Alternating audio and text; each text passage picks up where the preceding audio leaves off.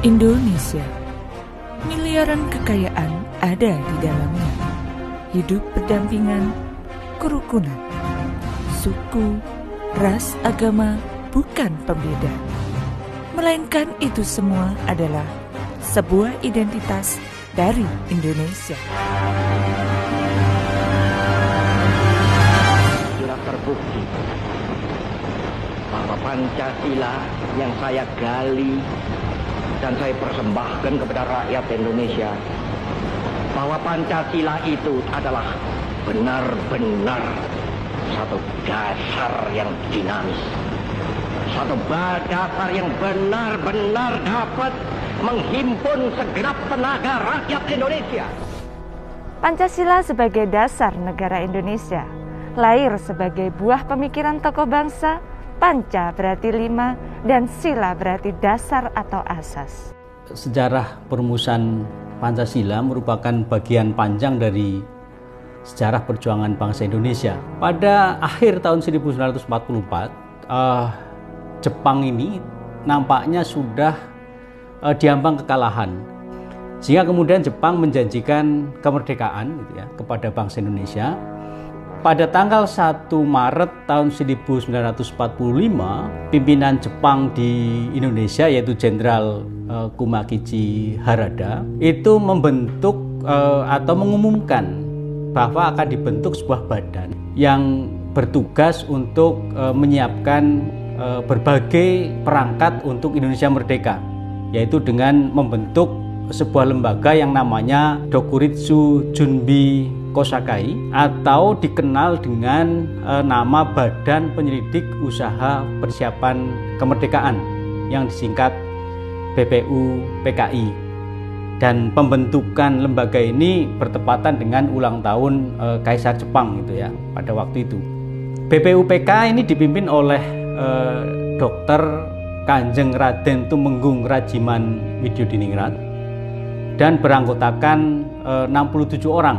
Mereka dilantik pada tanggal 28 Mei dan mulai sidangnya untuk tahap pertama itu tanggal 29 Mei sampai tanggal 1 Juni 1945 di gedung yang namanya Chosang-in di Jalan Pejambon nomor 6 Jakarta yang saat ini dikenal sebagai Gedung Pancasila. Pada persidangan pertama ini BPUPK itu membahas mengenai dasar negara Indonesia merdeka. Pada tanggal 1 Juni 1945, Soekarno atau yang dikenal sebagai Bung Karno itu berpidato dan secara jelas mengatakan bahwa apa yang dipidatokan itu sebagai dasar negara, itulah pertama kali istilah Pancasila dikemukakan ke hadapan masyarakat oleh Bung Karno gitu ya.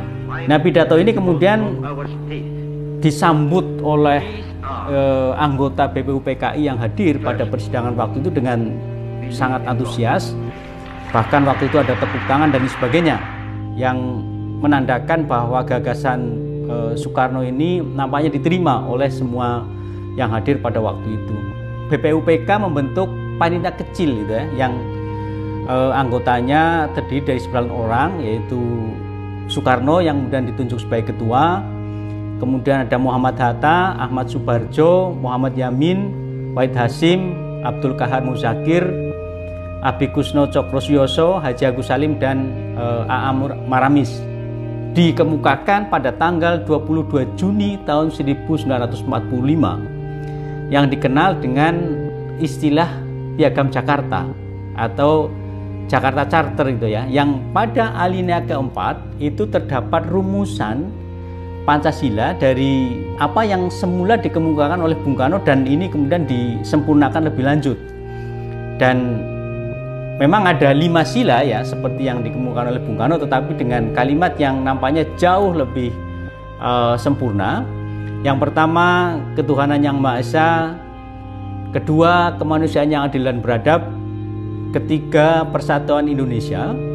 Keempat, kerakyatan yang dipimpin oleh hikmat kebijaksanaan dalam permusyawaratan perwakilan. Dan kelima, keadilan sosial bagi seluruh rakyat Indonesia.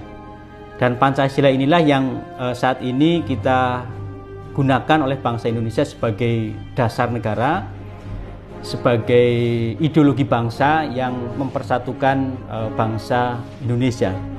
Berdasarkan keputusan Presiden nomor 24 tahun 2016 menetapkan setiap tanggal 1 Juni sebagai peringatan hari lahirnya Pancasila.